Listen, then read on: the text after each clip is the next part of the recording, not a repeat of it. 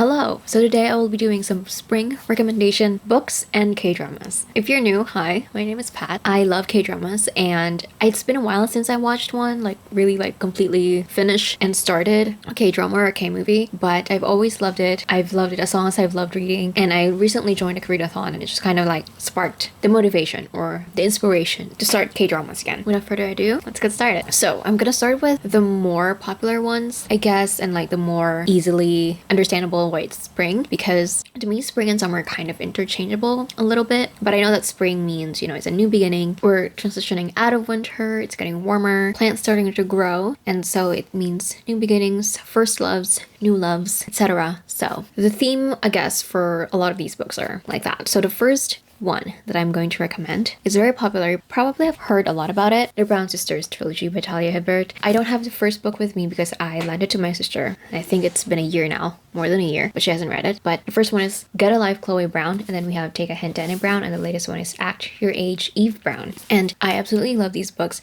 These are all adult romance. It's very diverse. So we have in the first book, Chloe has a chronic illness. Take a Hint, Danny Brown. We have Danny, who is bisexual and is a witch. And we also have Zafir, who struggles with anxiety disorder and anxiety attacks. In Act Your Age, Eve Brown, the love interest is Jacob Wayne, who is autistic. And in this book, Eve Brown also discovered that she might be autistic as well. And so these are all very diverse. I love the inclusion of the mental health of our characters as well. It's very cute. It is a little bit spicy. It's just a lot of fun. You can definitely read this so fast. Really cute, really fun, really light romance. It's like spring, it's new loves, so highly recommend this one. And then the next one is Radha and Jay's Recipe for Romance by Nisha Sharma. This one I think I read it last year, and this is a YA romance. We are following Radha, who is on the verge of becoming one of the best Kathak dancers in the world, until she discovers that her mother has been keeping secrets from her, and from this betrayal she decides to leave Chicago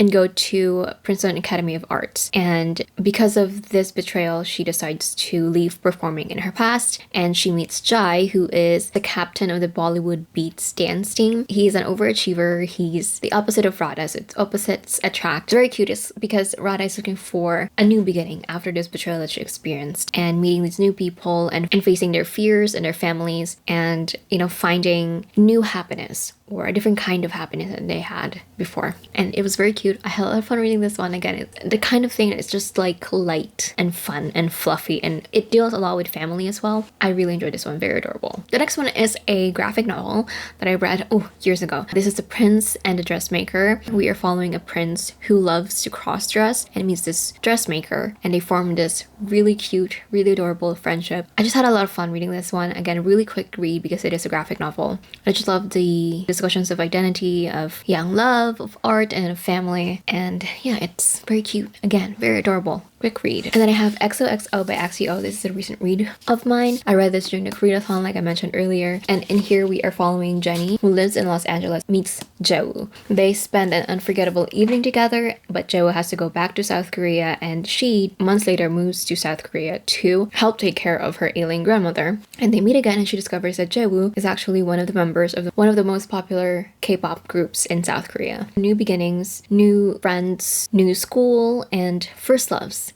Or new loves. I really enjoyed this one. Very, very cute. If you enjoy K-dramas, like teen K-dramas, if you're very, I guess, knowledgeable in them or watch a lot of them, I feel like you will enjoy it if you enjoy those things too. But if you're not used to watching K-dramas that have a lot of cliches, can be a little bit cringy, you might not like this, but I love it. I love K-dramas, so I love this too. Next one is With the Fire and High by Elizabeth Acevedo. I love Elizabeth Acevedo. I've read all of her novels so far. Her first one is Poetry X, and then With the Fire and High, and then Clap When You Land. I enjoy her books. And this one, we are following Emily, who got pregnant during her freshman year. She has been focused on, making sure that her daughter has everything that she needs. She's focusing on school because she wants to make sure that when she graduates, she's going to be able to take care of her abuela and her daughter. She's always dreamed of working in the kitchen. She's had to sacrifice those things, and she's always enjoyed and have this love for cooking. We're going to be following her as she goes to Spain. I think it was a 2 weeks time to learn more about cooking in her cooking class, and just her finding place again, letting herself have that chance to follow her passions and live the life that she's always wanted. And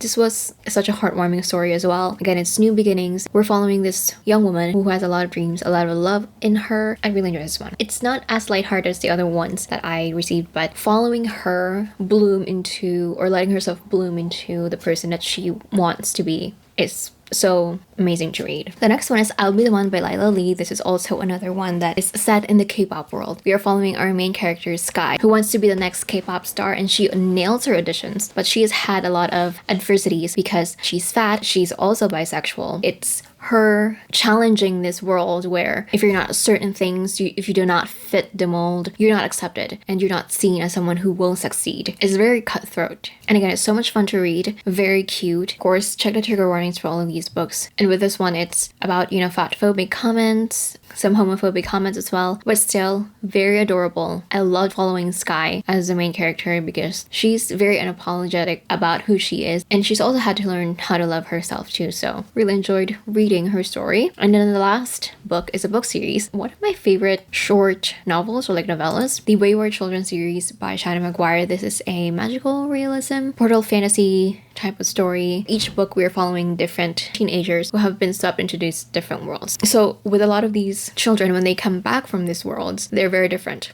because these worlds usually fit who they are, and a lot of them want to go back to these worlds where they feel like they truly fully belong, and they are sent to this school that promises to help them reacclimate to our world. With the different novellas, we're following different characters. Sometimes we meet them in the other books. I really enjoy this one. It's very quick. There's a lot of action. There's a lot of going on, but there's also a lot of discussions of identity and, what these worlds mean to them and why a lot of these kids want to go back and how they feel so accepted. They feel like this is their world, this is the world that they belong in. I think I haven't read like the latest one, but that's it. I think it came out last year, so I don't know why I haven't read it, but this is one of my favorite like short novellas. I feel like this type of like premise where we're following these different characters who go to these different worlds in this like format works really well. All right, so we're now going to go into the K-drama. So I'm going to talk about these from when they came out, like the first ones that came out first. So the first one is The Producers. This came out in 2016. If you're familiar with a lot of the actors in the K-drama world, the Korean industry, you will know that this features 4 of the most popular, most well-known actors and actresses. So this one focuses on the production world. So it's still set mostly in the variety department, so the Korean variety TV shows. And we are following, I think, 2 different producers and then one new upcoming producer and a famous singer and celebrity who debuted when she was very young. Also about friendship, it's about first loves, and it's really funny. It's light, but it also tackles a lot of very important parts of being in the industry as well. Very entertaining. It's a dramedy in a way, so it's both drama and comedy. Relationships that these 4 form as they work together, and I had a lot of fun watching this one. I know this is more of like a mid kind of K-drama, but it's that kind of lighthearted, you don't really think about it kind of K-drama that I really enjoy. The next one is Strong Woman Do Bong-soon. This one I loved so much. This is more of like a magical realism type of story. We're following a main character whose name is Do Bong-soon. Power is passed down through the women in her family, and her dream is to create a video game with a main character that is very similar to who she is. She wants to become this like delicate, elegant woman for her crush because her crush's ideal type is that kind of person. Her crush is a police officer. Through different circumstances, she gets a job as a bodyguard to a rich heir at Chaebol, who is a CEO of a gaming company. Also romance, fantasy. This one also made me cry a lot because we have this subplot where she's trying to find this kidnapper who has been responsible for these cases in her neighborhood and has targeted her best friend. Very funny. It also has these very serious moments in that one episode that really made me cry. I was like sobbing my eyes out so much because I love the 2 characters, our 2 main characters, which of course is the CEO and our strong woman, and I love you so much. This is one of the most fun, and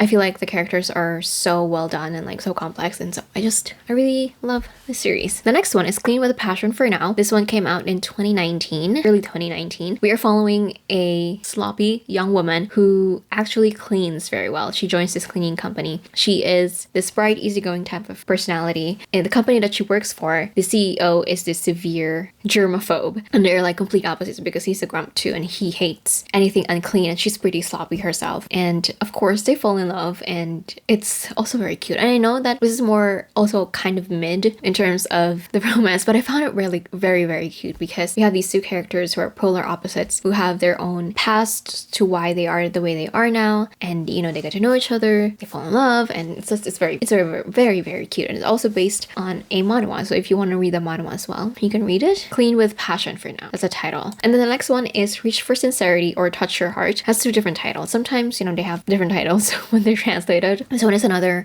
contemporary romance. We're following a very popular starlet who has to recover from a scandal that she's become a part of and works on the job of a secretary to a law firm to prepare for her future role. And her attorney that she's, you know, assisting is a prickly perfectionist attorney, and he has very little patience for her, but you know, they get to know each other and they come to an understanding. And it's so funny. There's this one scene where she just started, right, and he gave her like this set of paper and it fell on the floor, and she's wearing this like really short dress, and she's having a hard time like picking it up because it's like if she leans down too far, you know, she's gonna flash someone. And he's just looking at her like,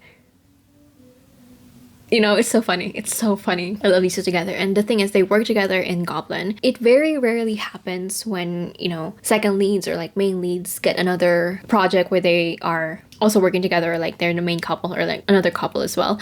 And so when this came out, even the news started coming out, people were like so excited because Goblin was so popular and they wanted more of these two actors to have like a different, like happier type of story. I love this. So fun. They're, again, opposites attract. It's the kind of thing. And it's so cute. I really enjoyed it. The next one is Her Private Life. And this one came out in 2019 as well. I think mid 2019. So this came out more in the summertime, but I think they filmed it during like the springtime. So still, you know, perfect for spring. And again, this is new loves, first loves. We are following a sophisticated curator who is actually a very devoted fangirl when she's not working. And her new boss in this museum takes over and sparks fly, but things get a little bit complicated when she attempts to hide her fangirling under his nose, and when she has to work with her bias, which is essentially if you have a group that you follow, you have a bias, usually which is like your favorite member. And so she has this bias and she was set to work with him as well as kind of, you know, when you're a big fan of someone like she is, if you're not aware of like the K-pop fandom, you have these fans who sometimes make fan cams. So they follow the celebrities in their like official business and they take pictures, like high quality pictures and videos of them, and they post them for other fans to see and, you know, fangirl over or fangirl or fanboy over as well. She's one of the very popular, bigger fan cam people. I forgot the term of the people that they call them, but it's so funny. And it's, I don't know, I feel like it's one of those things that I feel like was portrayed pretty well. You know, she has this completely opposite kind of life from her fangirl life. Sometimes a lot of people don't, like, cannot marry the two, and it's very interesting to look at, and it's a lot of fun. It's adult too, so, you know, there's some like steamy, cute moments as well, so I really enjoyed this one. And then the last one is What's Wrong with Secretary Kim, and this one is released, I think, 2021. Oh no, What's Wrong with Secretary Kim actually came out before Her Private Life. That's why I was so confused. I knew this one came out first. So this one also features the same actress, the same lead actress in Her Private Life, and here she's working as a secretary, so it's kind of similar in a way, but just working for a secretary for this really narcissistic CEO, and she decides to quit so that she can finally live her life because she's been bending over backwards for this man. She's just saved enough to kind of let her live her life. She's always been like up and out and working all the time. And so when she decides to quit, he realizes how much he depends on her